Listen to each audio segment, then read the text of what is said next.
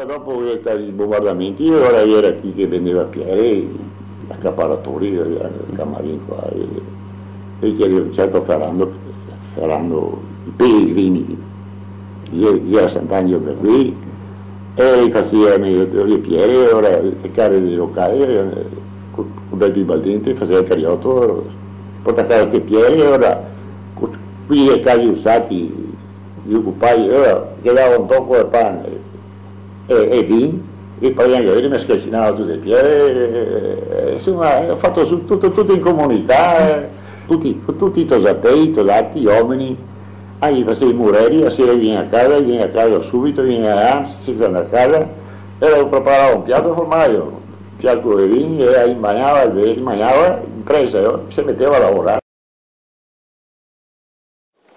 Quando mai queste Piere? Mio padre voleva fare a casa e conoscendo questo benedetto uomo che veniva fuori dal Treviso e veniva qua e ha detto che io venne Piere e mio padre è andato con il caro e boh, io e mia mamma è andato alle madri che mi scassinare per Appena finita la guerra? Appena finita la guerra, perché dopo abbiamo fatto a casa nostra nuova. Ecco, ma con cosa tu hai vissuto?